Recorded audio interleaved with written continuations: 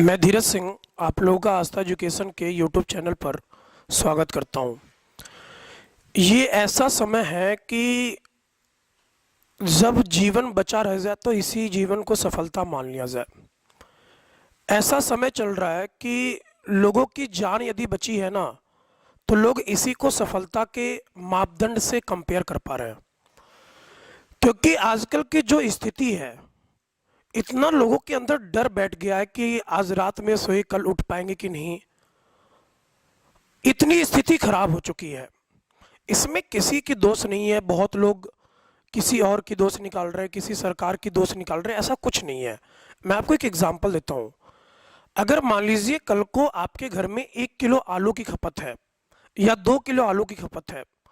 प्रत्येक परिवार में यदि डेली 1 किलो आलू की खपत है और अगले दिन डिमांड आ जाए कि मुझे 1-1 क्विंटल चाहिए, हर परिवार ये मांग करने लगे कि मुझे 1-1 क्विंटल आलू चाहिए, तो गवर्नमेंट कहां से दे पाएगी। गवर्नमेंट की भी गलती थी इसमें कि अगर 1 साल का उन्हें मौका मिला तो थोड़ी सी तैयारी उन्हें भी करनी चाहिए थी। उन्हें ये लगा कि कोरोना जा चुका है, अब कुछ भी नहीं होगा, बिल्कुल नॉर्मल वे में सब कुछ चल रहा था। लेकिन अचानक से ऐसा स्थिति आ चुका कि वही हाल है कि बस अपना जान बचा रहे, उसके बाद तो दिख ही लेंगे। तो इस समय घर से बाहर ज़्यादा ना निकलें, अपने आप को भी सुरक्षित रखें और अपने घर वालों को भी सुरक्षित रखें। आप लोग बिल्कुल भी टेंशन ना ले पढ़ाई का। इस चैनल पे आपको कुछ ना कुछ यहाँ पे इंपॉर्टेंट चीज़ें मिलती रहेंगी।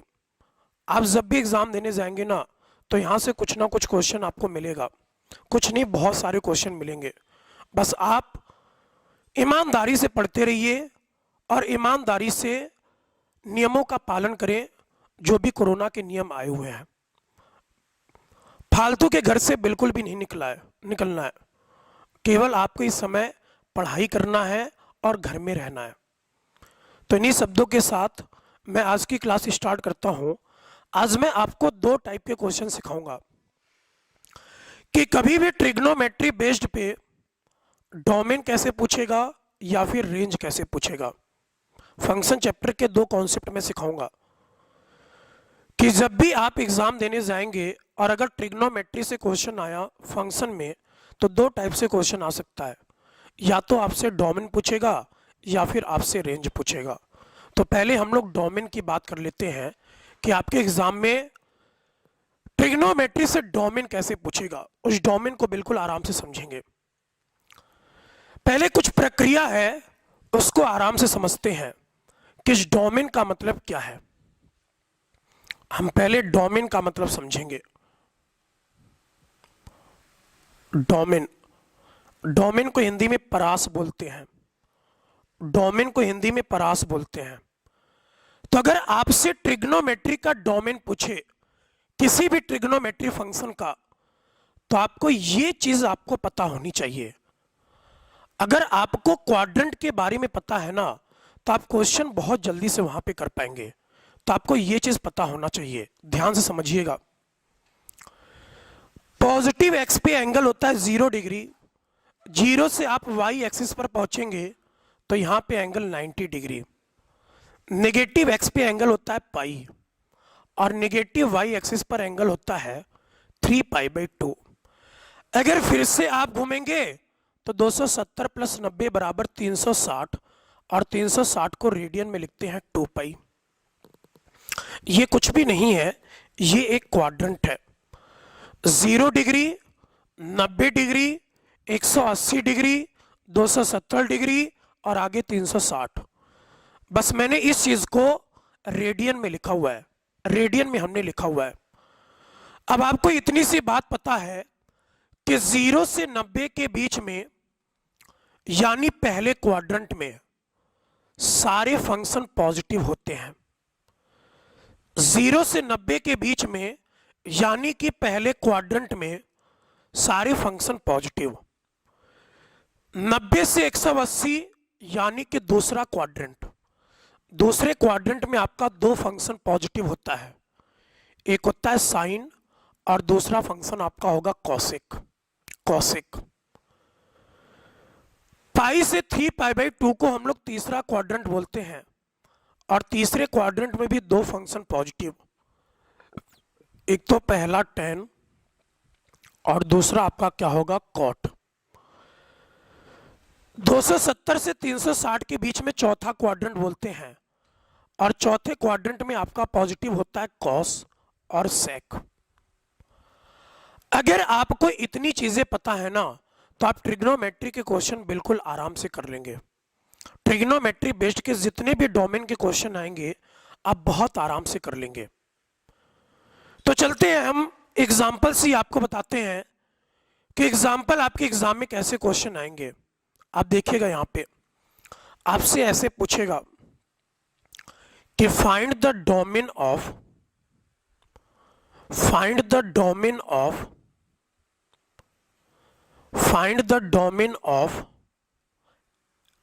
फंक्शन fx, और आपको fx दे रखा है अंडर रूट में साइन x। आपको fx क्या दे रखा है? अंडर रूट में साइन x। इस वैरायटी के क्वेश्चन आपके एग्जाम में बहुत रिपीट करते हैं, चाहे आप नेवी का एग्जाम देने जाएं, चाहे आप एयरफोर्स का एग्जाम देने जाएं, चाहे आप एनडीए का एग्जाम देने जाएं। अगर ट्रिग्नोमेट्री पे डोमेन का क्वेश्चन आता है ना, तो कुछ इस अंदाज में क्वेश्चन आता है। तो आप मेरी बात बिल्कुल ध्यान से सुनेंगे कि ऐसे क्वेश्चन को टैकल करने का तरीका क्या होगा, या फिर ऐसे क्वेश्चन को जल्दी से करने का प्रक्रिया क्या होगा। इस बात को आप समझिए। आपने यहां पे देखा कि जो फंक्शन है ये स्क्वायर रूट के अंदर मिला। आप एक बात जान लीजिए कि अगर रूट के अंदर कोई भी फंक्शन मिलता है तो ये फंक्शन कब डिफाइन होगा? ये फंक्शन कब डिफाइन होगा? या तो फंक्शन की वैल्यू 0 होगी या फिर फंक्शन की वैल्यू 0 से बड़ी। कभी भी रूट के अंदर नंबर माइनस में नहीं होता है, क्योंकि अगर रूट के अंदर नंबर माइनस में बन गया ना, तो वो इमेजिनरी नंबर होगा, वो काल्पनिक संख्या होगा।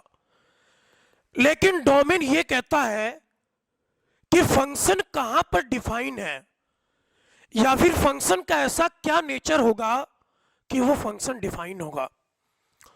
तो अगर रूट के अंदर बात की जाए तो इसके अंदर ये जो फंक्शन है ना, इसकी वैल्यू हमेशा पॉजिटिव होती है या फिर 0।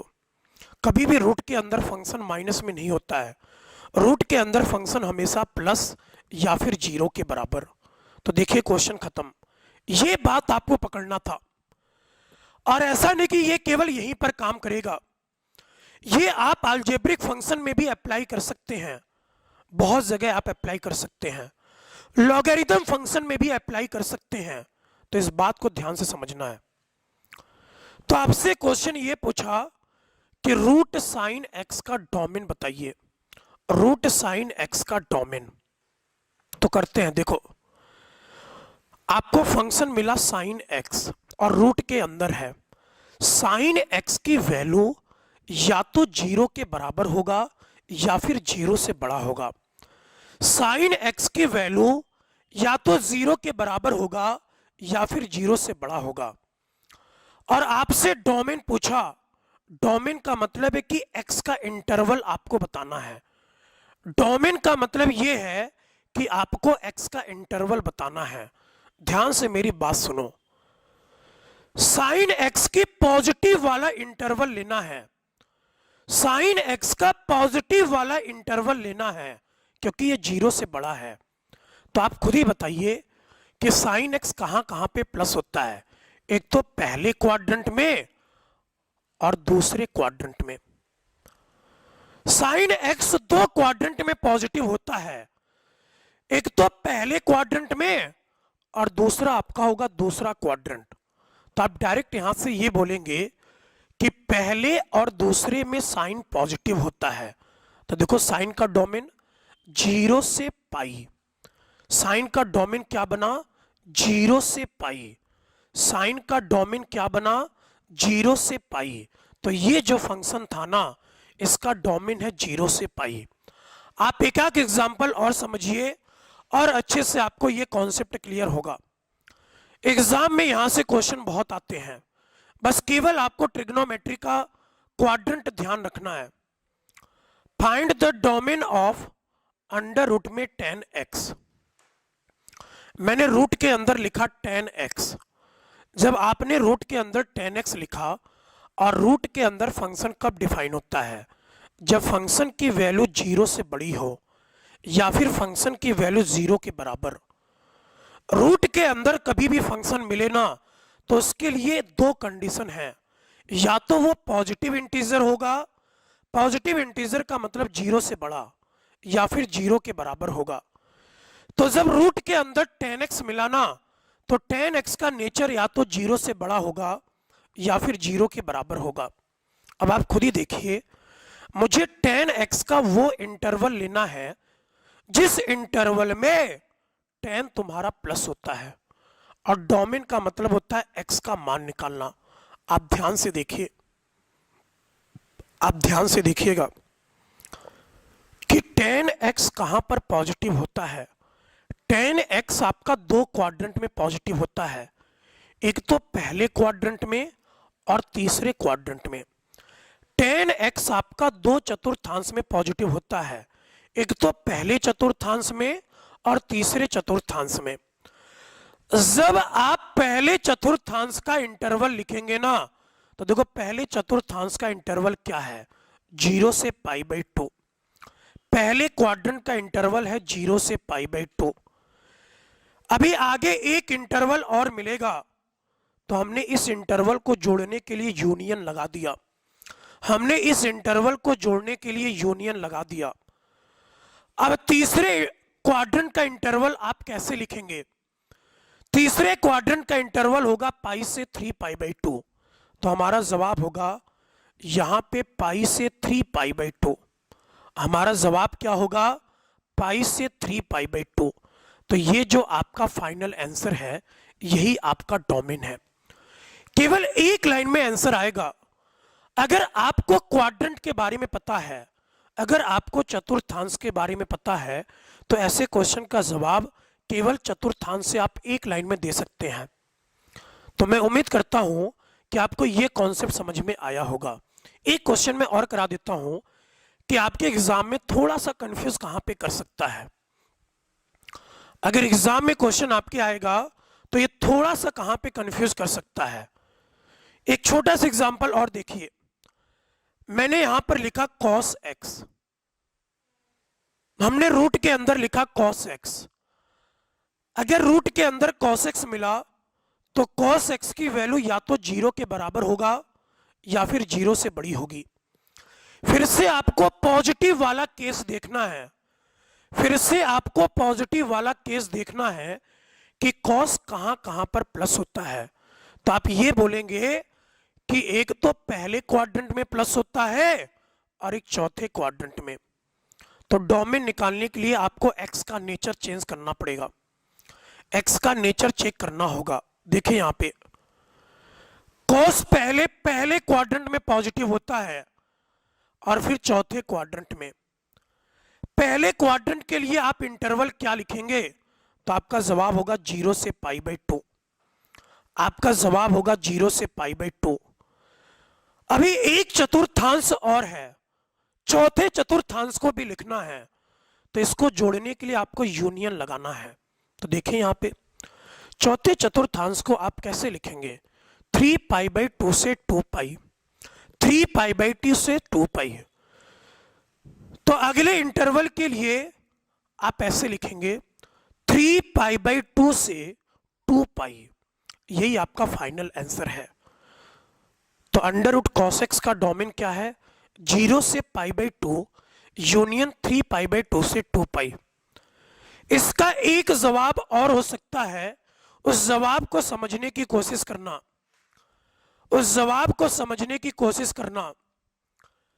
यहां पे एंगल 0 से π/2, और अगर पीछे जाएंगे ना, तो प्रिंसिपल आर्गुमेंट से आप बोल सकते हैं कि ये 0 से 90 पीछे गया, तो यहां पर -π/2 भी बोला जाता है। 0 से आगे तो π/2, 0 से पीछे तो -π/2। तो आपने क्या देखा? एक अंदाज इसका और हो सकता है कि cos पहले और चौथे में पॉजिटिव होता है, मतलब कि यहां से यहां तक कॉस पॉजिटिव होता है, यहां से यहां तक कॉस पॉजिटिव होता है, क्योंकि इसने चौथे चतुर्थांश को भी कवर किया और इसने पहले चतुर्थांश को भी कवर किया। तो आप देखिए यहां पे एक जवाब आपका ये भी हो सकता है, अगर ऑप्शन में आपको ये नहीं मिला ना तो आपको ये वाला कंडीशन मिलेगा कि अगर -π/2 से π/2 लिखें, -π/2 से π/2, तो ये जो -π/2 से π/2 है ना, ये आपका चौथा चतुर्थांश भी कवर करेगा और पहला चतुर्थांश भी कवर करेगा। तो इस बात का आपको ध्यान रखना है, या तो एग्जाम में आपको कॉस के लिए ये ऑप्शन मिलेगा या फिर कॉस के लिए ये ऑप्शन। आप स्क्रीनशॉट ले सकते हैं और आपके एग्जाम में क्वेश्चन का अंदाज ऐसे ही होता है। जब भी ट्रिग्नोमेट्री पे डोमेन आते हैं, सबसे ज्यादा ये क्वेश्चन रिपीट किया है, सबसे ज्यादा। एक फाइनल क्वेश्चन में आपको डोमेन कराता हूं ट्रिग्नोमेट्री पे, फिर उसके बाद रेंज करा दूंगा। अगर यहीं पे x की जगह आपको 3x दिया रहता, अगर यहीं पे x की जगह आपको 3x दिया रहता, तब -π/2 से π/2 नहीं होता, तब -π/2 से π/2 नहीं होता। ये बात समझना, ऐसा क्यों है। फिर से आपको वही केस मिला कि cos 3x की वैल्यू या तो 0 के बराबर होगा या फिर 0 से बड़ा होगा। इस बार आपको cos के साथ केवल x नहीं मिला है, इस बार आपको cos के साथ मिला है 3x। इस बार आपको cos के साथ क्या मिला है, 3x। cos के अंदर फंक्शन आपको 3x मिला है, तो पहले जो आपको इंटरवल मिलेगा ना, वो 3x के हिसाब से मिलेगा। पहले आपको जो इंटरवल मिलेगा ना, वो आपको 3x के हिसाब से मिलेगा। जब x था तो x के हिसाब से, जब यहां पे 3x मिला तो अब आपको 3x के हिसाब से मिलेगा। अब मेरी बात ध्यान से अब सुनिएगा, cos का पॉजिटिव वाला इंटरवल उठाना है तो या तो पहले कंडीशन से चले जाओ जो मैंने बताया, लेकिन cos के लिए ये वाला केस बहुत ज्यादा रिपीट करता है। ये वाला जो केस है कि -π/2 से π/2, ये केस बहुत ज्यादा रिपीट करता है। तो आप यहां पे लिखेंगे कि 3x के हिसाब से जो इंटरवल बनाना वो -π/2 से π/2। अगर 3x के हिसाब से -π/2 से π/2 बना, लेकिन डोमेन के लिए आपको x का हिसाब चेक करना होता है कि x का जो मान होगा, जो x की वैल्यू डिफाइन होगी, वही आपका डोमेन होता है। अगर 3x के हिसाब से ये इंटरवल बना तो x के हिसाब से क्या होगा, तो आपका जवाब होगा कि 3 से भाग दे दो। जब 3 से भाग देंगे तो पहला नंबर बना -π/6 और दूसरा नंबर बना π/6। तो ये जो फंक्शन दिया था ना, इसका डोमेन आपका क्या बना, -π/6 से π/6, -π/6 से π/6। अगर यहीं पे आपको 5x दिया रहता तो 5x के हिसाब से लिखते, फिर बाद में आप 5 से भाग दे देते। जब 5 से भाग देते तो आपका जवाब बनता -π/10 और इधर आपका जवाब क्या बनता, π/10। तो ऐसे क्वेश्चन में उम्मीद करता हूं कि आप एग्जाम में कर लेंगे। मैंने आपको यहाँ पे बहुत चीजें सिखाई हैं कि अंडर रूट के अंदर कभी भी फंक्शन मिले तो उसका डोमेन कैसे डिफाइन होगा, और ट्रिग्नोमेट्री के क्वेश्चन यदि मिले तो आपको क्वाड्रेंट से जाना है। फिर आपको चतुर्थांश का कंडीशन पता होना चाहिए कि कौन सा ट्रिग्नोमेट्रिक फंक्शन कहाँ कहाँ पे प्लस होता है। अगर ये आपको पता है ना, तो आप ऐसे क्वेश्चन का जवाब मात्र एक लाइन में देंगे, वो भी बिना लिखे। ट्रिग्नोमेट्रिक फंक्शन का रेंज कैसे पूछेगा, रेंज के लिए हम लोग बात करेंगे, रेंज के लिए हम लोग बात करेंगे कि ट्रिग्नोमेट्रिक फंक्शन का रेंज कैसे पूछेगा। और बहुत सिंपल है ये, आप एग्जाम में यदि देने जाएंगे ना, एग्जाम देने जाएंगे तो ऐसे क्वेश्चन आपको बहुत मिलते हैं। कभी भी रेंज आपको लिखना है ना, तो रेंज के लिए हमेशा ध्यान रखना है कि उस फंक्शन का मिनिमम वैल्यू क्या है और उस फंक्शन का मैक्सिमम वैल्यू क्या है। कभी भी आपसे रेंज पूछे तो रेंज के लिए आपको यही लिखना है कि उस फंक्शन का मिनिमम वैल्यू क्या है, क्लोज इंटरवल लगाना है, और उस फंक्शन का मैक्सिमम वैल्यू क्या है। मतलब कि minimum value to maximum value ही आपका रेंज होता है। न्यूनतम मान से अधिकतम मान ही आपका रेंज बताता है। तो ध्यान से देखिए,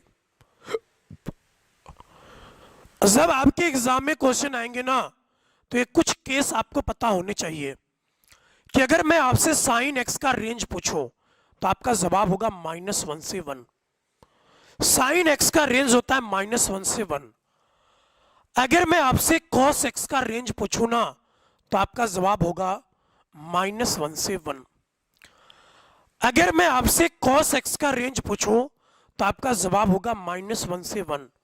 एयरफोर्स में कभी कभी तो ये भी पूछ लेता है कि find the range of sine x, तो आपको वहां पे इंटरवल में थोड़ा सा घुमा देगा, लेकिन रेंज में ध्यान रखना है कि यहां पे क्लोज इंटरवल है। तो इन सब बातों का ध्यान रखेंगे कि साइन एक्स का रेंज -1 से 1 और कॉस एक्स का रेंज क्या होता है, -1 से 1। इस पे क्वेश्चन कैसे पूछेगा, ये क्वेश्चन आप देखो। पहला एग्जांपल, आपसे ऐसे क्वेश्चन पूछेगा कि find the domain of, sorry domain नहीं, range, find the range of f x, find the range of f x बराबर में 2 sine x plus 3। Find the range of f x बराबर में 2 साइन एक्स प्लस 3। अगर आपसे domain पूछे ना, तो डोमेन के लिए x की वैल्यू चेक की जाती है। डोमेन के लिए हमेशा x की वैल्यू चेक की जाती है। लेकिन अगर आपसे रेंज पूछे ना, तो रेंज के लिए आपको फंक्शन का पूरा मान चेक करना होगा। मतलब कि y का मान आपको निकालना है। इस पूरे फंक्शन का मान देखना है कि कहां कहां पर डिफाइन है।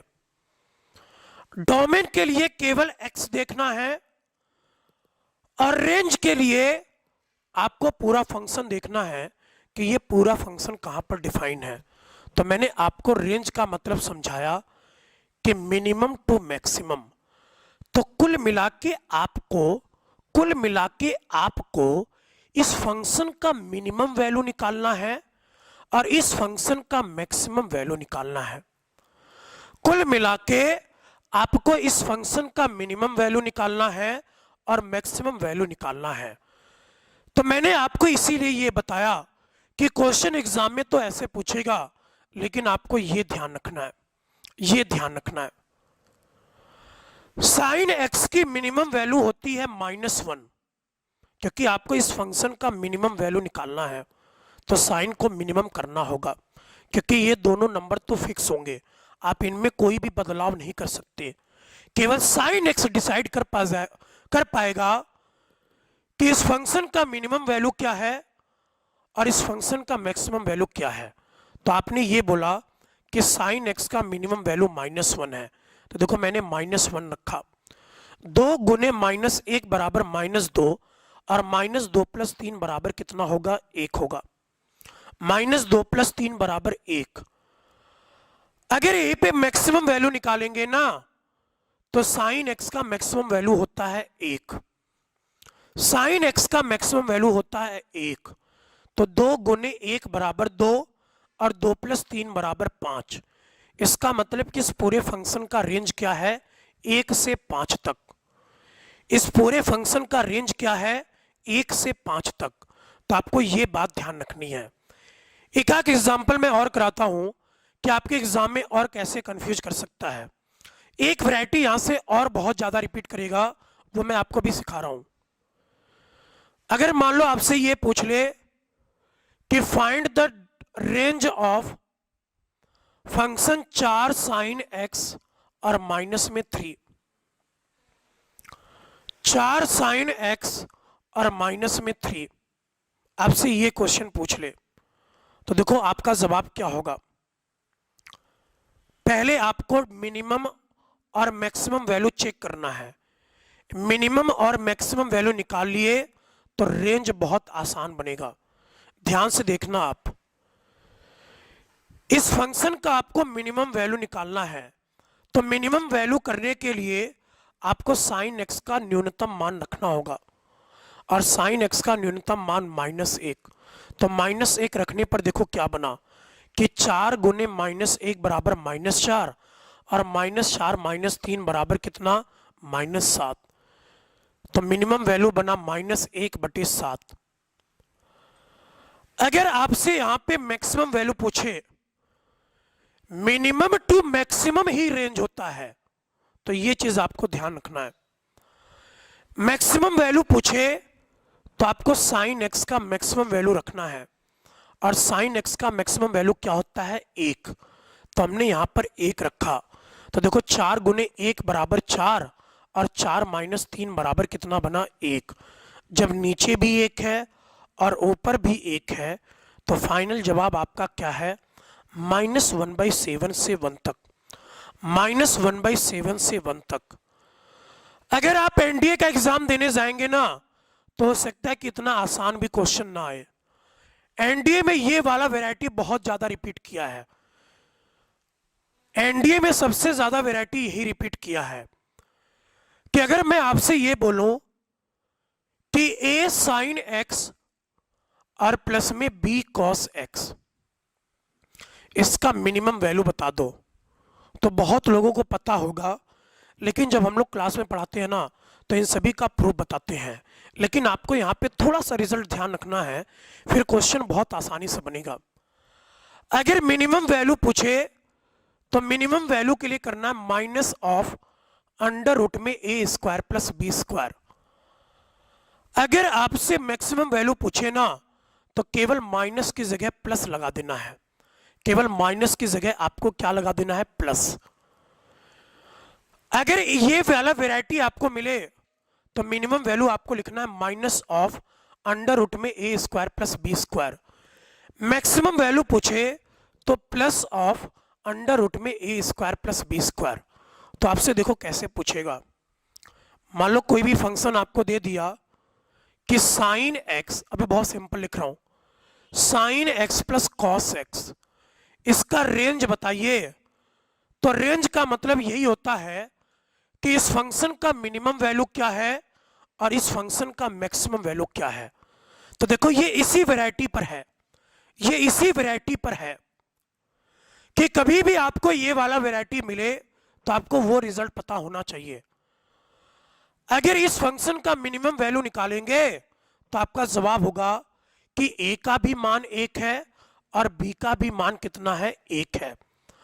अगर a का भी मान 1 है और b का भी मान 1 है, तो दोनों जगह से रूट की वैल्यू बनी √2, दोनों जगह से a² प्लस b² बना √2।